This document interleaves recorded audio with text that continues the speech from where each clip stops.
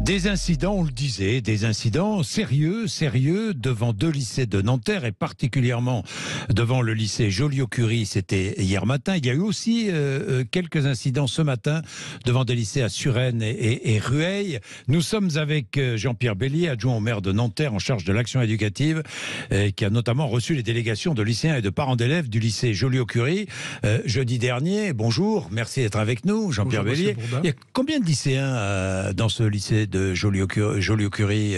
Alors, en effectif total, lorsque tout le monde est présent, représente un peu plus de 1700 élèves. 1700 élèves, c'est un gros lycée. Donc, c'est un gros lycée. C'est un gros lycée. Mais que se passe-t-il des individus, des jeunes pour la plupart, venus d'ailleurs, viennent pour la plupart, il y a aussi des lycéens, mais viennent devant le lycée pour faire quoi? Pour protester contre quoi?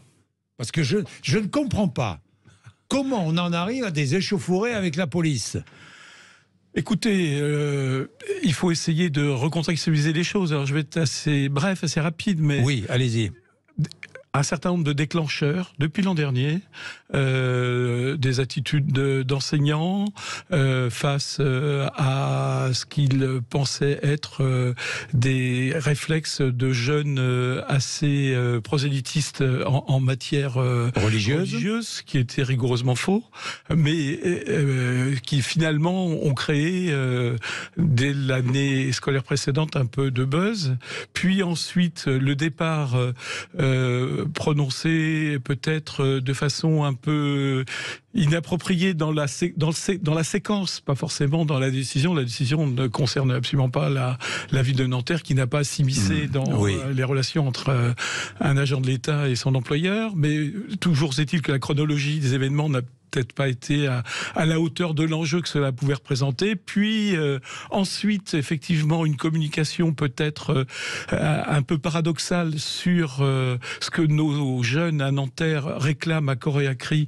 à savoir un accompagnement éducatif, une aide aux devoirs de nature à leur permettre de continuer la promesse républicaine qui leur a été faite depuis des années d'être dans un parcours de réussite, et qui s'est traduite notamment cette déception par du fait que la dotation horaire globale consacrée à l'établissement a été réduite pour des raisons sur lesquelles il ne m'appartient pas d'épiloguer. Bon, vous avez résumé, mais je voudrais revenir quand même à l'origine. Il y a eu quoi? Il y a eu des élèves qui voulaient entrer au lycée avec des tenues que l'on qualifiera de prosélytes, de religieuses, ou pas? Des filles ou des garçons? C'est vrai ou faux? C'est ce qui a été dit. C'est vrai ou faux? Bien entendu que c'est faux. C'est ça le pire de l'histoire. C'est qu'il y a une espèce de mythe qui entoure Nanterre, ses habitants, ces jeunes, un mythe qui a quelques décennies derrière lui, et qui fait que finalement on pense que forcément dans une ville populaire avec un taux de logement social, de logements sociaux important, un taux de jeunes issus de l'immigration très important, tout se cristallise sur la question religieuse. En vérité, non. Il n'y a pas eu de demande de la part d'élèves. Il n'y a eu que des demandes d'élèves d'être respectés dans la façon dont ils s'habillent, étant entendu que depuis mais tout en respectant la loi. Tout en respectant la loi.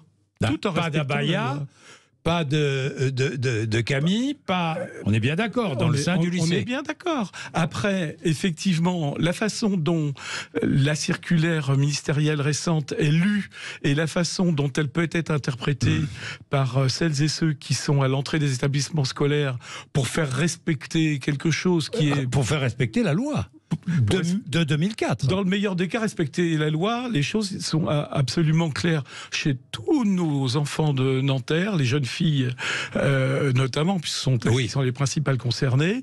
Il n'y a absolument aucun souci à retirer tout signe ostentatoire ou ostensible, religieux. On est bien d'accord. C'est-à-dire que les filles retirent leur voile ou leur abaya lorsqu'elles entrent au lycée Joliot-Curie. Voilà. Alors après, il y a effectivement quelque chose qui est dans une confusion de genre entre est-ce que le vêtement est à caractère religieux ou à caractère culturelle, et dans les interprétations qui sont faites par certains de ceux qui les accueillent, il peut y avoir une ambiguïté. Est-ce que c'est l'une des raisons des échauffourées? Non, c'est pas celle-là. Non, c'est pas celle-là. Là, le vrai sujet, d'ailleurs, le vrai sujet, c'est quoi? Les devoirs, c'est l'accompagnement éducatif, c'est la possibilité pour eux de s'inscrire dans cette.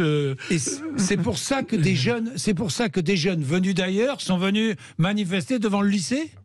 Les jeunes venus d'ailleurs, comme vous le dites, venus d'ailleurs, qui ne sont pas dans tous les cas scolarisés dans le lycée. Voilà, c'est ça, qui ne sont pas scolarisés dans le lycée, qui sont déscolarisés, qui peuvent être de Nanterre ou d'ailleurs. Ou d'ailleurs, oui. C'est pour ça que je dis venus d'ailleurs, oui. On va dire s'empare en quelque sorte de ce mouvement, de ce mot d'ordre de blocage pacifique, puisque le mot d'ordre initial des élèves du lycée, c'était de faire un blocage pacifique pour obtenir gain de cause au départ. Au départ. Mais effectivement, des agitateurs, alors, on connaît ça. Des agitateurs qui viennent d'où? Pourquoi? Écoutez, pour créer quoi? Pour vous faire une confidence, jeudi matin, lorsque les premières échauffourées ont éclaté, j'étais en train de discuter avec des élèves du lycée qui étaient, eux, donc dans la revendication pacifique, et deux jeunes qui m'ont expliqué qu'ils arrivaient de Melun, qu'ils avaient pris le train très tôt parce qu'ils trouvaient que c'était amusant de venir à Nanterre faire la guerre. Texto. Ils vous ont dit ça? Oui, bien sûr. De jeunes de quel âge? 16-17 ans? Oui. Déscolarisés, donc? Alors, ou déscolarisés. Oui, enfin, ils sont plus soumis à la scolarité obligatoire à 16 ans. Oui, c'est vrai. Enfin, il y a eu des mortiers, d'artifice, des pierres qui ont été lancées, des projectiles divers, des variés. C'était donc jeudi matin, tout à fait. C'était, oui. Alors, évidemment, vous, municipalité, vous essayez d'établir le dialogue, ou de rétablir le dialogue. Dans tous les cas, c'est votre rôle. Ou en tout cas, de le faciliter. C'est-à-dire que, d'une certaine manière, on est souvent en interface entre les familles. Quand je dis les familles, sont les élèves et les parents d'élèves. Et puis l'administration de l'éducation nationale. Alors, on y est en tant qu'élu, mais on a à Nanterre une particularité d'avoir un recrutement important de médiateurs, de jeunes. Ils sont surnommés sur le terrain les gilets rouges, et qui sont là pour effectivement faciliter ce dialogue, calmer les jeunes, les expliquer. Ils les connaissent tous. Ce ne sont pas des grands frères au sens où on l'entendait jadis. Ce sont des professionnels. Ce sont des professionnels. Mais Jean-Pierre Bélier, est-ce que c'est nouveau, ces affrontements, ces échauffourées, ces comptes? C'est nouveau, non, parce que c'est nouveau à Nanterre, non? Monsieur Bourdin, 68. Où est né le mouvement 68? C'est vrai. À Nanterre. Le premier lycée à se mettre en grève en 68, c'est le lycée de Nanterre. Oui. Donc il y a une espèce de culture un peu génétique de la contestation à Nanterre, et notamment dans ce lycée, dans lequel j'ai moi-même suivi une partie de ma scolarité, ainsi que le maire que je représente aujourd'hui, justement en 68. La différence entre les mouvements qui sont nés dans ces périodes-là, et même plus tard et maintenant, c'est que il y avait, un étayage politique au sens noble du terme. Là, aujourd'hui, nos jeunes sont en quelque sorte dans des revendications qui sont certes inspirées par des mots d'ordre, entre guillemets, mais qui sont avant tout forcément imprégnés de revendications personnelles. Ils parlent plus en leur nom qu'au nom d'un collectif. Richard? Oui. Bonjour Richard, vous êtes toulousain? Oui, bonjour à vous. Bonjour Richard, vous dites l'une des solutions serait le port de l'uniforme. Cohésion sociale, dites-vous. Expliquez-vous, Richard. Tout à fait. Si on regarde aujourd'hui, quand on fait du sport, on a le même maillot, ça nous aide à jouer ensemble. Personne n'imaginerait que les joueurs d'une équipe de foot, quelles que soient leurs origines d'ailleurs, puissent avoir des maillots différents sur le terrain. On voit bien que les supporters, ils arborent les mêmes couleurs, ils copient souvent leurs idoles, les équipes qui supportent, parce qu'ils veulent faire corps avec leur équipe. C'est pour ça qu'ils ont des maillots, qu'ils achètent un tel business autour de ça. Et ensuite, si on regarde des fêtes qu'on a dans le sud-ouest, comme des férias, où on a des milliers de personnes qui arrivent à faire la fête ensemble, il n'y a pas beaucoup de casse, parce que tout le monde vient avec la même tenue. c'est du rouge souvent et du blanc, mais ça permet d'avoir cette cohésion et cet objectif commun. Les écoles anglo-saxonnes, elles portent des tenues qui sont sympas, ça peut être des polos, un short pour les plus jeunes, un bermuda ou un pantalon, et je pense que, ou jupe pour les filles, mais aujourd'hui on n'imagine pas trop ça en termes d'uniforme. Mais je pense que on voit, il n'y a que du positif en fait. Je crois qu'il y a des freins parce qu'on sait où sont les freins, on va dire. Hein, c'est les acteurs. Je pense que les profs sont contre, en grande majorité. Bon, on va demander à Jean-Pierre Bélier. Vous savez, Jean-Pierre Bélier a été inspecteur général de l'éducation nationale. Jean-Pierre Bélier, vous êtes adjoint au maire de Nanterre. Pourquoi pas un port de l'uniforme dans les établissements scolaires ? C'est une question qui, de toute façon, est récurrente et qui mérite d'être posée. Bien sûr, et qui ne mérite pas d'être balayée d'un revers de main.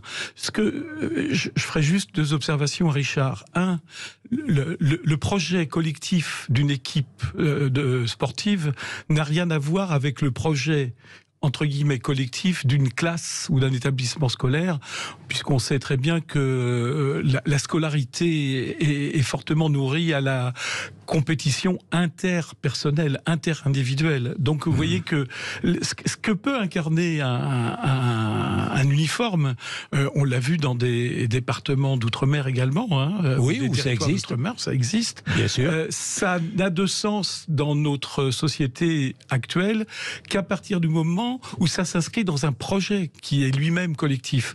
Ça interroge bien évidemment le fonctionnement du système éducatif. C'est-à-dire que nos jeunes, ils sont en permanence en classe,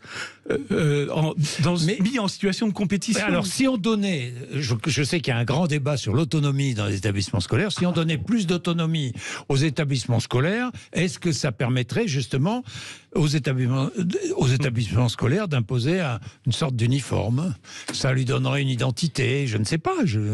Ça, c'est du ressort législatif et réglementaire, donc c'est compliqué pour un chef d'établissement. D'ailleurs, à cet égard, ce que je peux peut-être donner comme impression générale, étant, comme vous l'avez dit, inspecteur général, mais honoraire c'est-à-dire retraité, c'est que, comme disait une ministre à propos d'autres événements, quand il y a du flou, c'est qu'il y a un loup.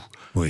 Ça vous rappelle quelque chose, Monsieur Bourdin. Oui. Et c'est vrai que dans la façon dont l'institution donne ses instructions, d'une certaine manière, en laissant aux chefs d'établissement notamment la libre interprétation de la façon dont ils doivent se comporter face à telle ou telle situation, on est certainement, mal parti. En revanche, la loi de 2004... La loi 2004, elle est claire s'agissant du port des signes ostensibles.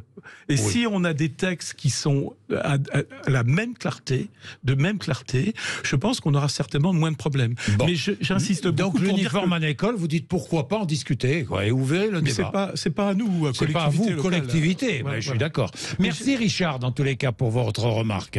Merci. Et c'est un débat qu'on pourra rouvrir ici, d'ailleurs, qui est très intéressant, parce que je sais que certains sont opposés et d'autres sont pour. Il y a vraiment des positions très tranchées. Un vrai clivage. Et qui dépasse d'ailleurs les clivages politiques. Oui, et qui dépasse les clivages politiques. Merci Jean-Pierre Bélier d'être venu nous voir.